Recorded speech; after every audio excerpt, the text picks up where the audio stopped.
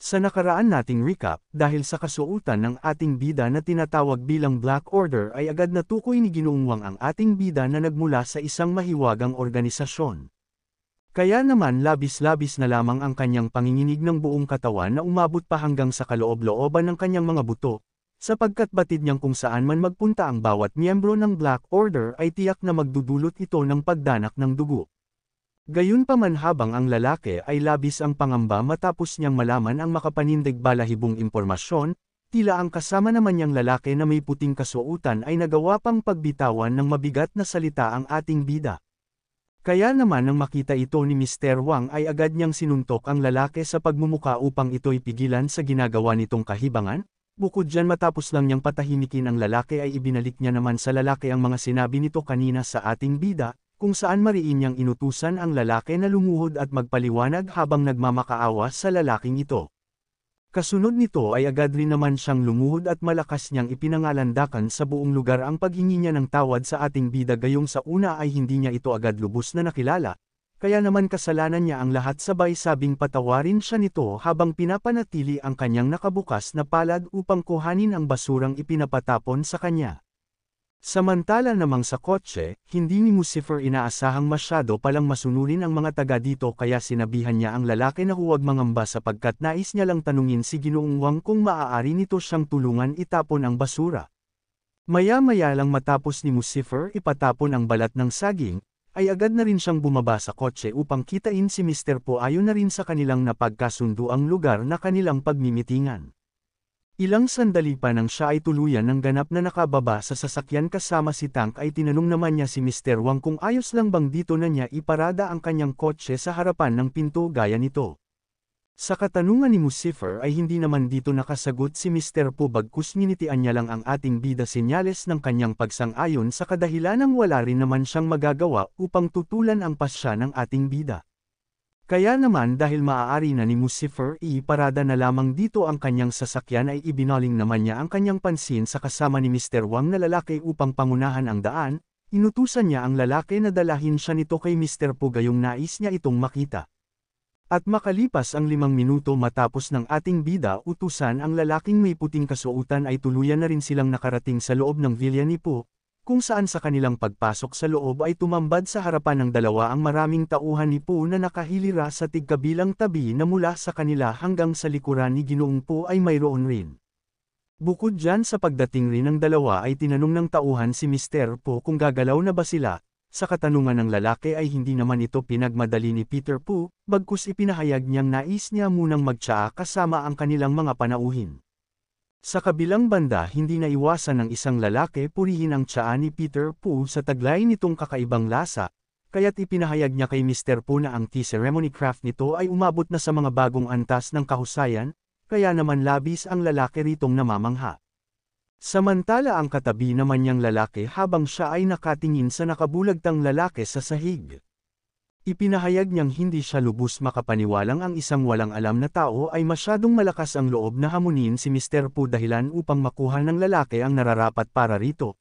Kaya naman ipinangalandakan niya sa buong silid na ang mga kasanayan at kakayahan ni Ginoong Po ay sapat na upang duminahin ang nakababatang henerasyon ng Haidon, dagdag pa ng isang lalaki mula sa kabilang sopa na magmula ngayon ay tatanawin na nila si Mr. Po bilang kanilang pinuno. Kasabay nun ay iminungkahi naman ng isang tauhan na nasa tabi ni Po bilang pinakamataas sa kanyang tauhan, kung saan ipinahayag niyang pagputol-putulin nila ang lalaking ito sa mga piraso at ipakain sa mga aso, kaya't tingnan na lang nila sa susunod kung may maglalakas loob pa kayang sumalungat sa utos nito. Bukod dyan matapos niyang magmungkahi ay agad naman niyang hiningi ang pahintulot ni Mr. Po, kung saan ipinahayag niyang hayaan siya nitong umasikaso sa dalawang hangal para rito. Subalit sa mungkahi ng lalaki ay hindi naman ito pinayagan ni Peter Po sa kadahilanang ang lahat ng kanilang mga bisita ay kanilang panauhin, bukod dyan ay hindi pa siya nakakatagpo ng napaka-interesanting tao ng mahabang panahon kaya hindi niya pinayagan ang kanyang tauhan na gawin ang nais nito. Ilang sandali pa matapos niyang kausapin ang kanyang tauhan ay tiningnan naman niya ang dalawa sabay tanong kung sino sa kanilang dalawa ang kapatid ni Yvonne Long. Sa katanungan ni Peter Po ay agad naman ritong tumugon ang ating bida, kung saan ipinaliwanag niyang siya ang taong hinahanap nito. At nang makumpirma ni Peter Po ay mabilis nagbago ang kanyang pakikitungo, Matapos niyang itaas ang kanyang kamay ay tinanong naman niya ang ating bida kung ito ba ay isang greenhorn na kakapasok lang sa lipunan, sabay sabing napakarami na niyang taong nawasak kaya naman hindi niya na maalala pa ang lahat. Maya-maya lang ay agad niya rin namang sinabi na iyon ang sinabi ng taong nasa kanyang ibaba, subalit para sa kanya ay mas mahina pa ang ating bida kaysa sa taong nasa sahig habang humahagalpak ng tawa. Gayunpaman matapos niyang hamakin si Lucifer ay muling nag-iba ang kanyang tono ng pananalita.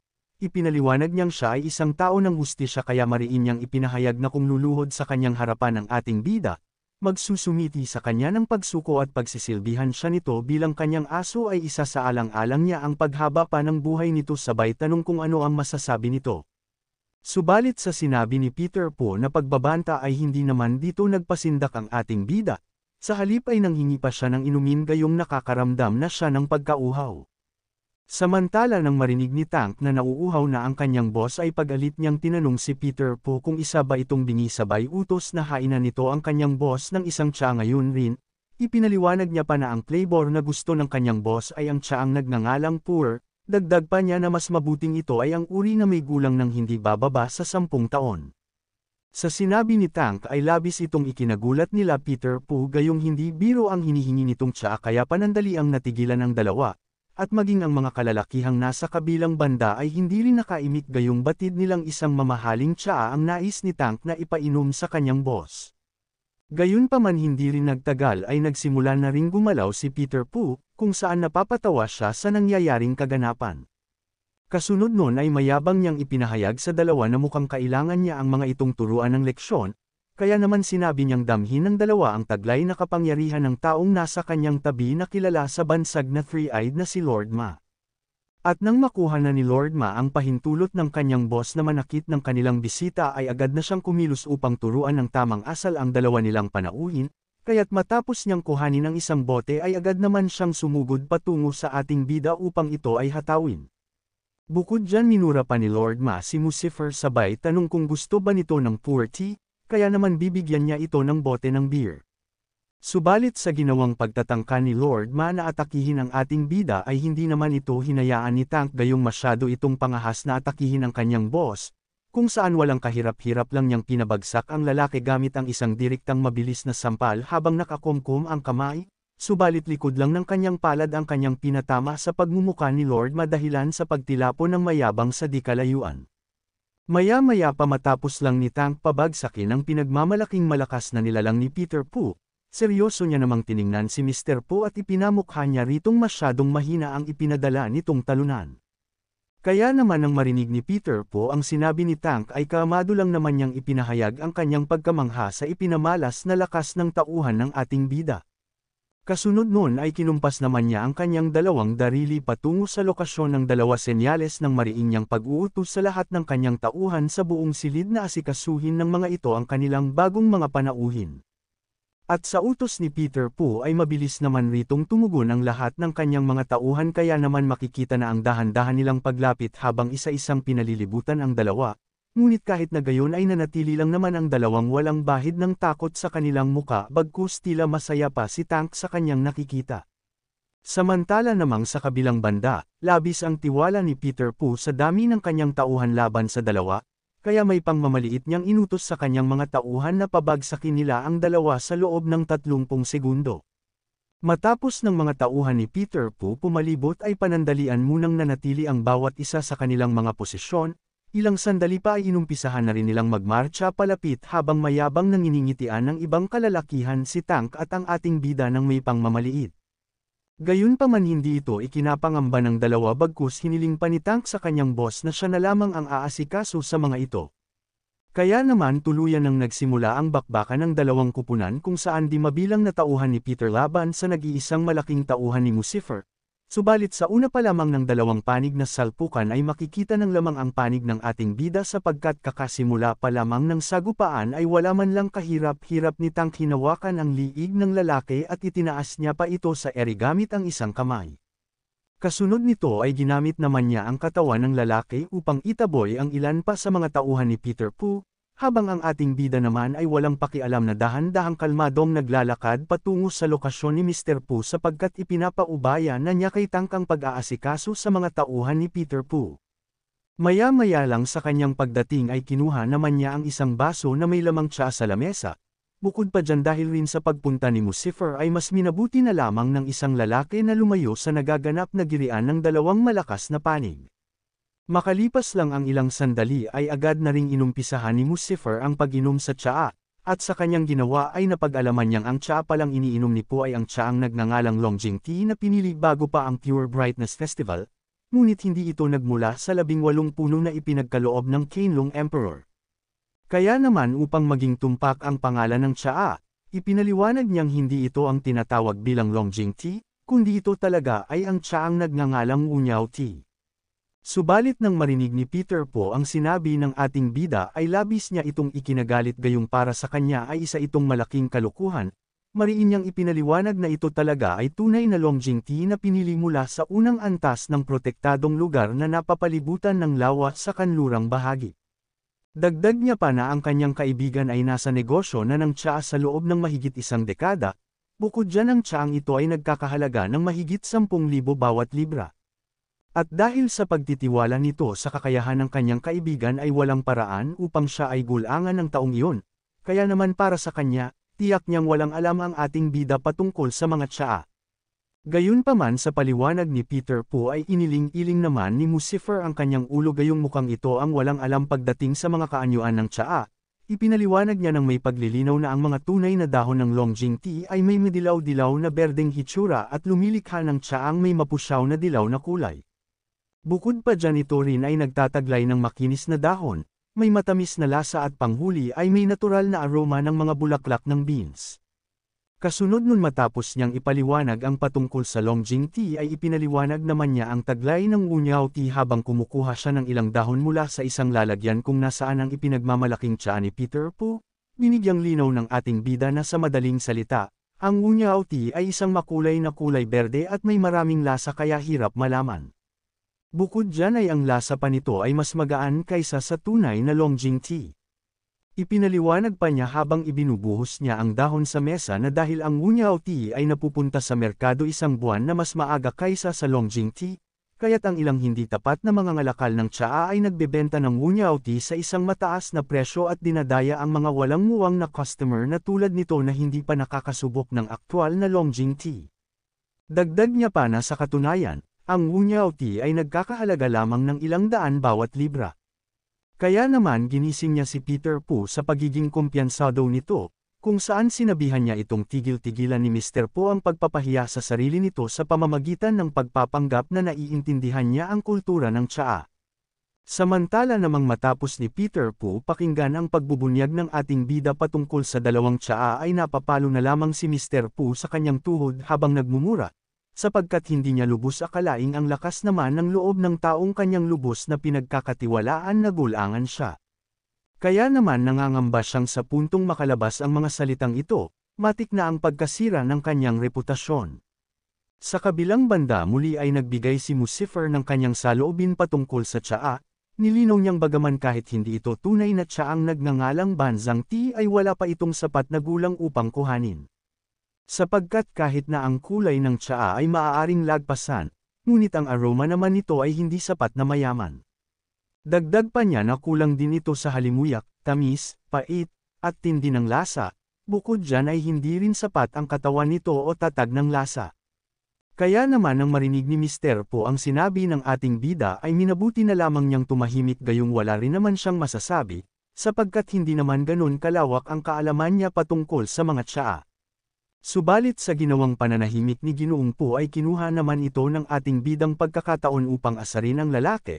Sa una ay muling iniling-iling ni Lucifer ang kanyang ulo sabay may pangmamaliit niyang tinanong si Mr. Po kung ang tsabang ito ang inihahain nito sa kanyang mga panauhin.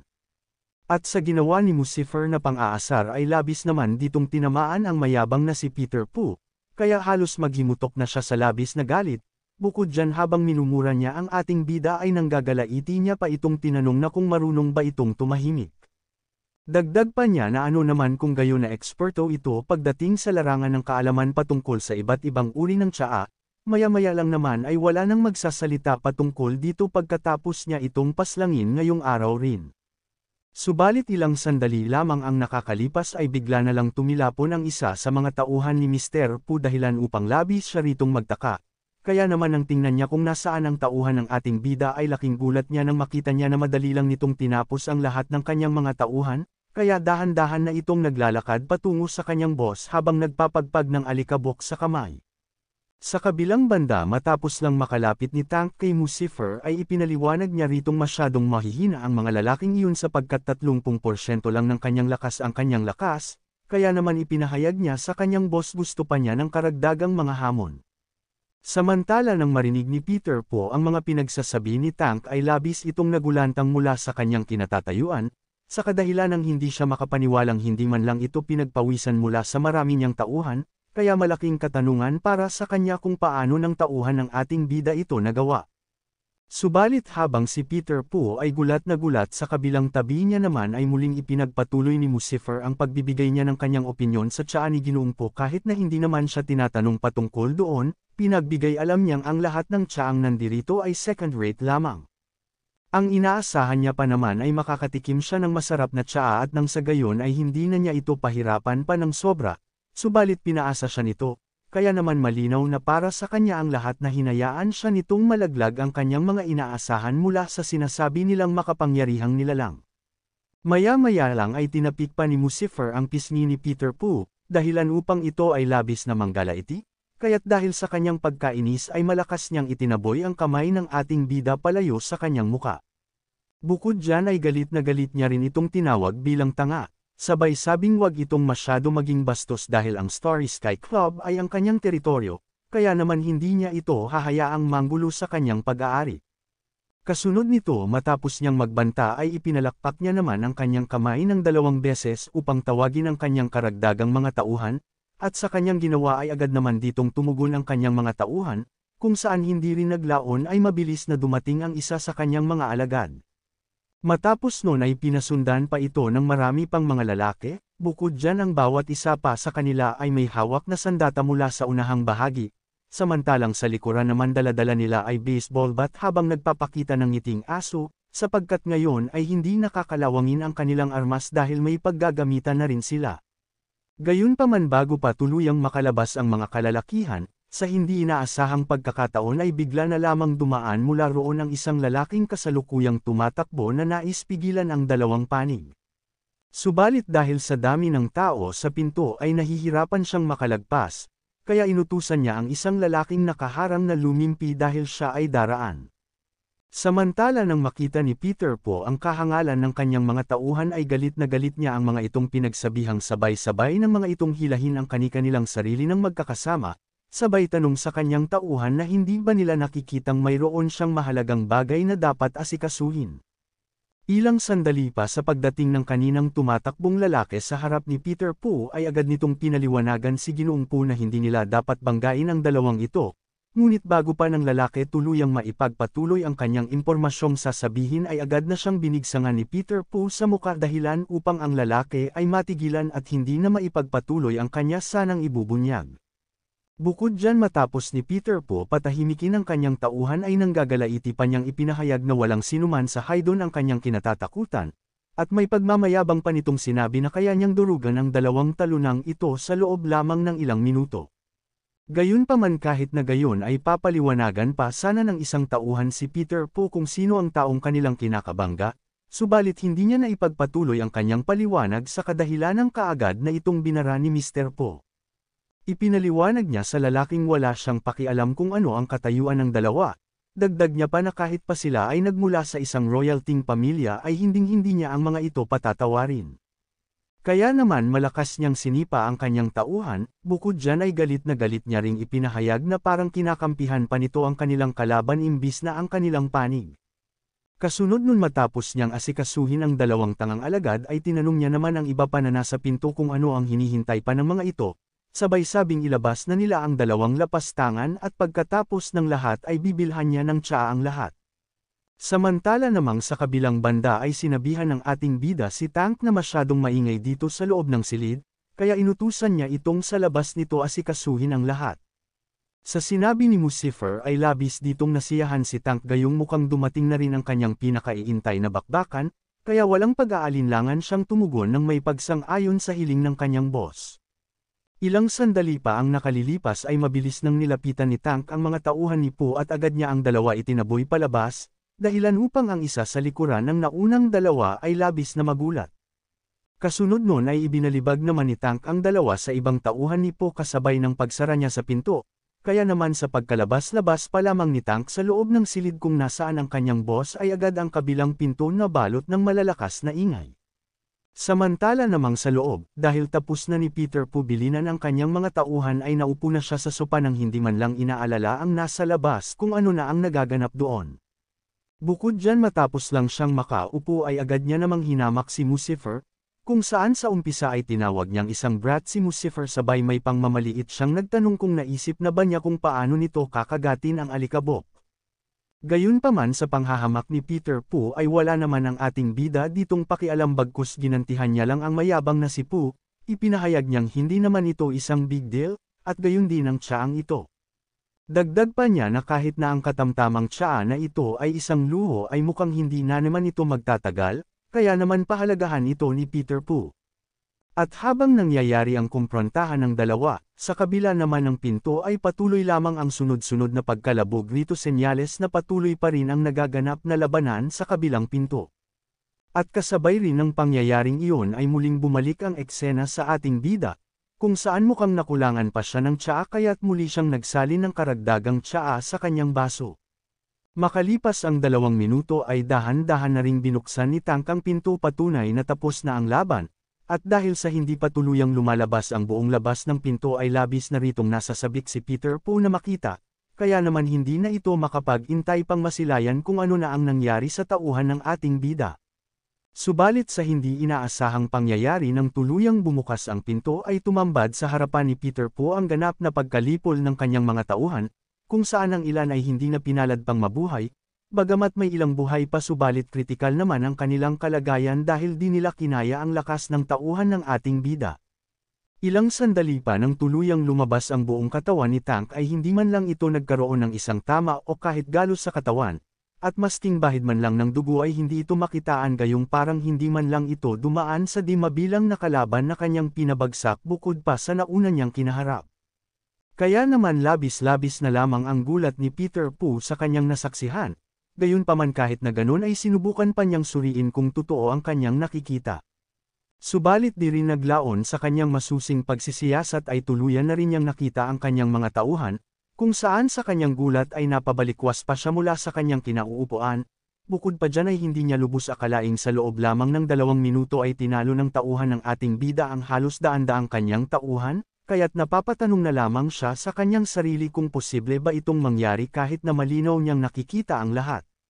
Samantala sa kabilang banda ay hinamon na ng ating bida si Peter Po na ilabas na nito ang lahat ng mga pinakatatago nitong mga pandaraya, sapagkat ito na rin lang naman ang huli nitong pagkakataon sa mundong kanilang kinagagalawan. At matapos lang ng ating bida magsalita ay agad na rin nitang sinipa ang punong-puno ng yabang na si Mr. Po, dahilan upang ito ay tumilapon ng walang kaalam-alam sa buong pangyayari. Bukod dyan matapos lang ni Tank tadyakan si Peter Po ay labis siya ritong nadidismaya sa kadahilan ng isa lang pala ang mga itong bungkos ng mga hangal, kasunod nito ay tinanong niya ang kanyang boss kung bakit pa nagsasayang ito ng mga salita sa taong gaya nito kawalang kwenta, kaya't iminungkahi niyang ito'y kanila na lamang dalahin sa labas. Subalit sa mungkahi ni Tank ay agad naman itong pinatigil ni Peter Po habang dumudukot siya sa kanyang bulsa. Ipinaliwanag ni Peter Po sa ating bida na bihag niya ang kapatid nito kaya mariin niyang sinabing huwag ito masyadong magmalaki.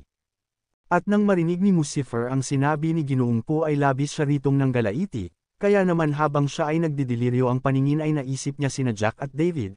Galit na galit niyang ipinahayag sa 2 talonang iyon na nagbantay lang pala iyon para sa wala dahil di man lang nila magawa gawang protektahan ang isang mag-aaral.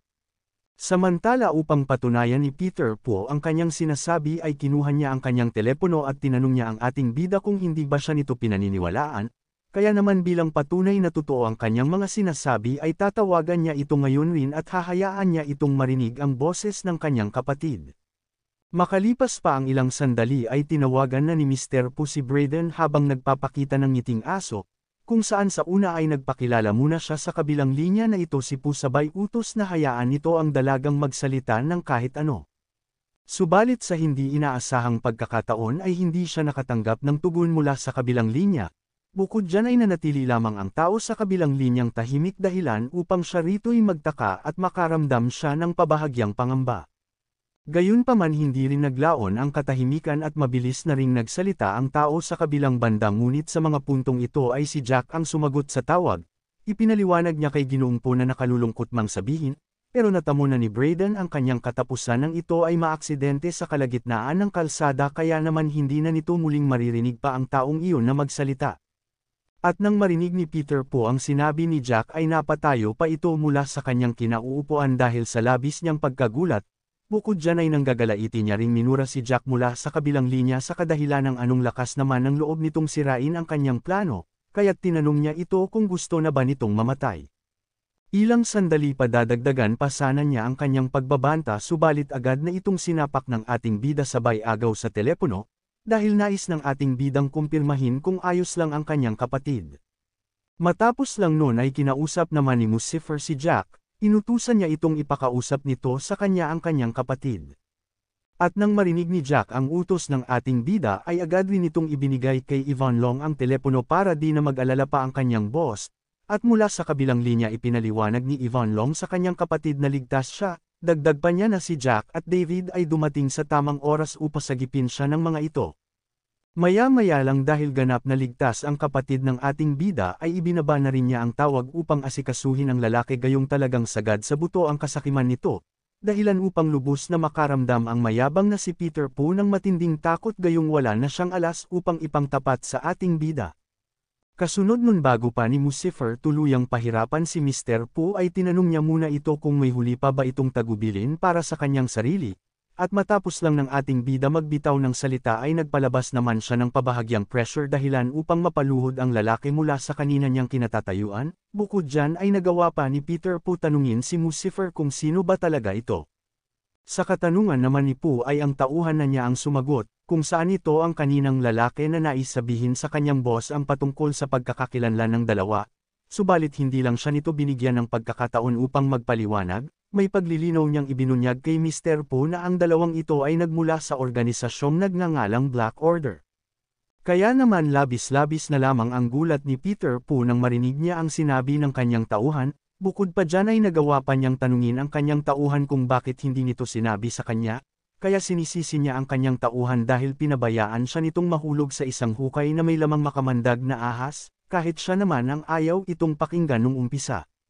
Samantala habang papaalis ang ating bida ay inutusan niya si Tank na dalahin si Peter Pooh paalis, at nang marinig ni Peter Pooh na isasama siya ng dalawa ay labis siya ritong nabigla subalit dahil ang ating bida na ang nag-utos ay wala nang nagawa si Mr. Pooh. Matapos ang kaganapan sa loob ng Starry Sky Club ay mabilis nang lumipas ang ilang sandali, at mula sa isang tahimik na lugar ay dinala ni Lucifer ang mayabang na lalaki kung saan malayo sa katauhan. At mula rin dito ay pinapabayaan lang ng dalawa ang lalaki, gayong iniintay ng ating bida itong isigaw ang kanyang huling tagubilin para sa kanyang sarili. Subalit hindi naman gawang makaimik ni Peter Pooh sapagkat batid niyang matapos niya lang magsalita ay agad-agad na rin siyang papaslangin ng dalawa, kaya labis na siyang pinagpapawisan at di alam ang gagawin upang takasan ang kasalukuyan niyang kinakaharap na matinding problema. Gayunpaman sa ginagawang pananahimik ni Ginoong Pooh ay pinagsabihan na ito ni Lucifer.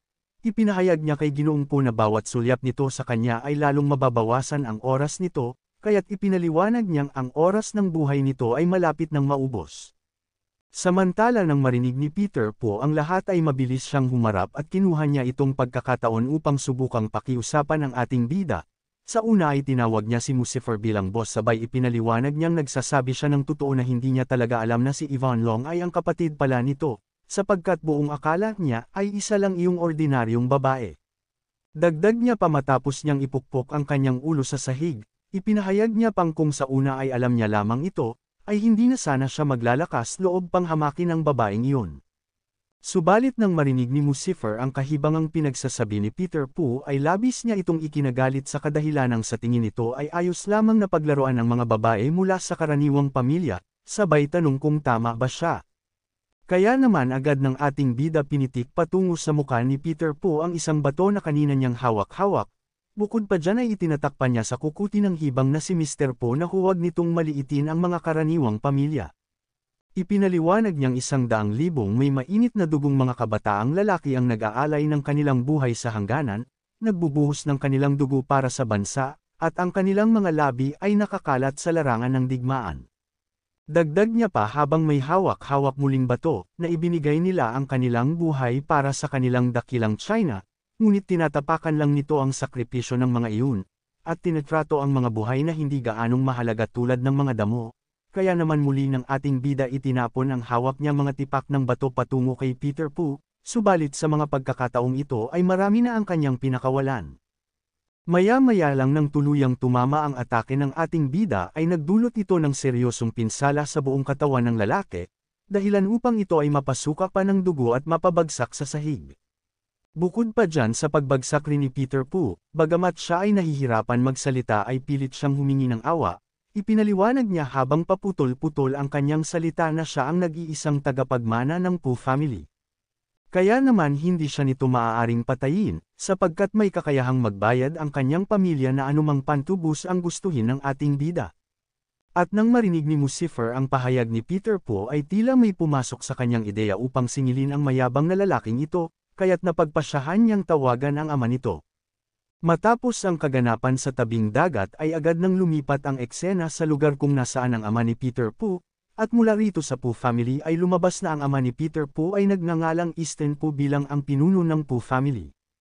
Sa paglabas ni Easton Po ay agad siyang pinagkaguluhan ng kanyang mga bisita na dumalo sa kanyang kaarawan, ilang sandali pa ay may isang kalbo ang lumapit sa matanda at binati nito si Easton Po ng maligayang kaarawan.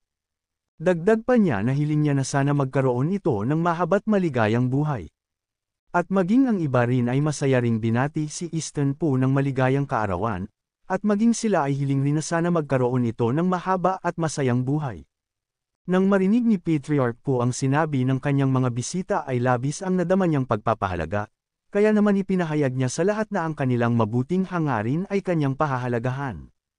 Subalit sa hindi inaasahang pagkakataon ay bigla na lamang may isang lalaki ang dumating kung saan nagmamadali nitong tinawag ang kanyang old master. Gayunpaman sa paglapit ng lalaki ay hindi niya na naituloy ang kanyang sasabihin dahil aksidente niyang nakagat ang kanyang dila. Kaya naman naiinis ni Easton Po tinanong ang kanyang tauhan kung anong problema, bukod dyan ay mariin niya pang sinabi sa kanyang tauhan na sabihin na nito sa kanya kung ano iyon. Matapos ang lalaki makabuelo ng salita ay malakas niyang ipinangalandakan sa buong silid na kinidnap ang kanilang young master.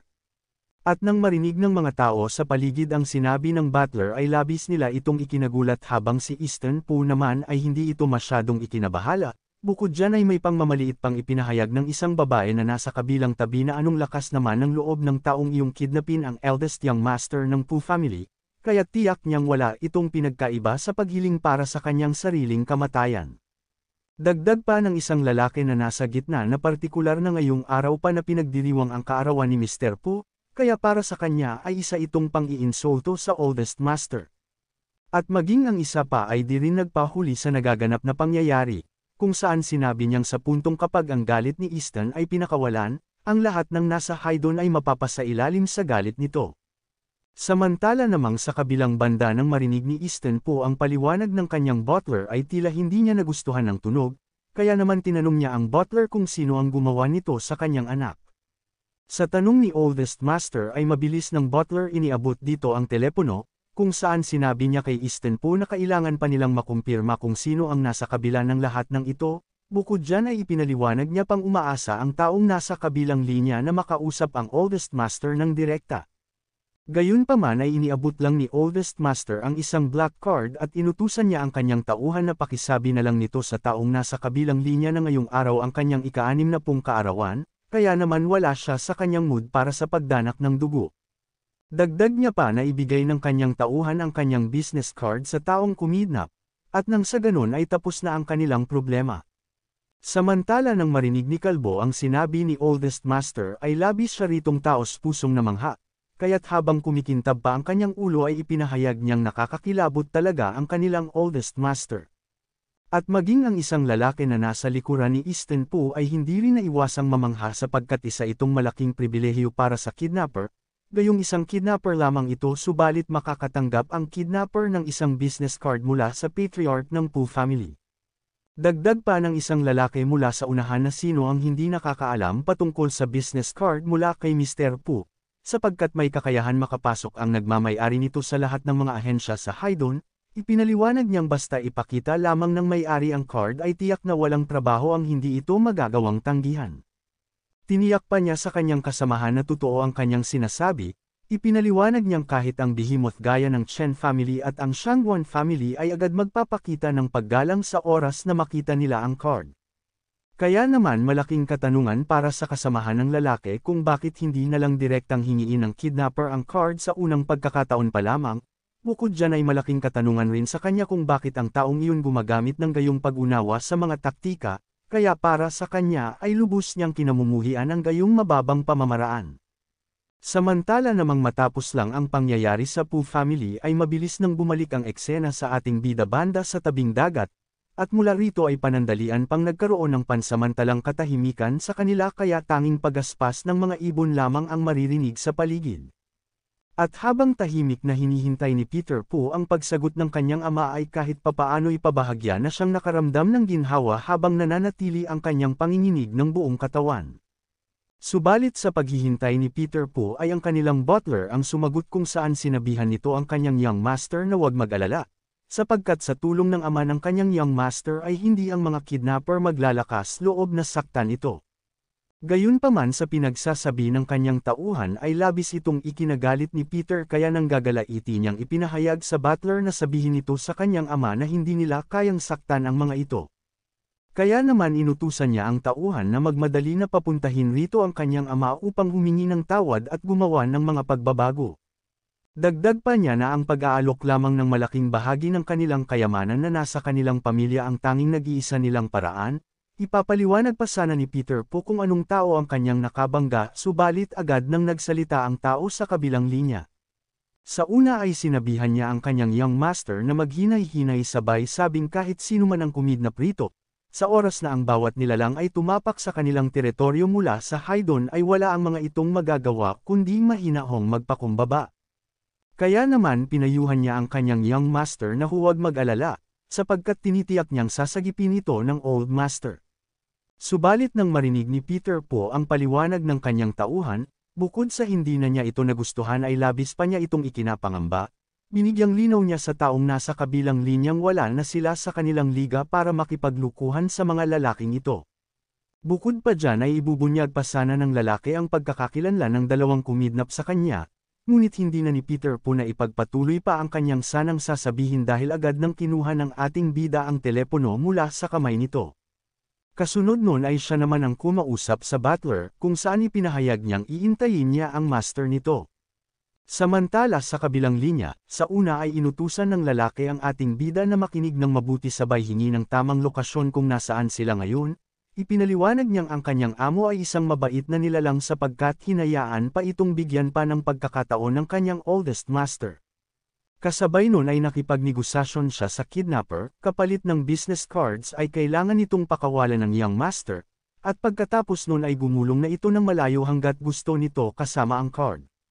Gayunpaman nang marinig ni Lucifer ang alok sa kanya na business card ay hindi niya ito nagustuhan, sapagkat tila minamaliit siya nito, kaya naman seryoso niyang ipinangalandakan na ang business card nito ay walang halaga para sa kanya, ngunit mariin niyang sinabi na kung nais talaga nitong maglaro, ipinaliwanag niyang mananatili siya hanggang sa mapait na dulo. Mga boss, ang kasunod na chapter 70 ay kailangan kun ang bayaran sa webcomic, dahil naka-unlock na iyon digaya nung una na pwedeng panuorin ang ads para buksan gayong hanggang dito na lamang ang kanilang libreng chapter, subalit hindi naman senyales iyon na titigil tayo sa pag-a-upload kahit na wala pa tayong sahod, kaya naman hiling kulang sa inyo na palike ng ating video.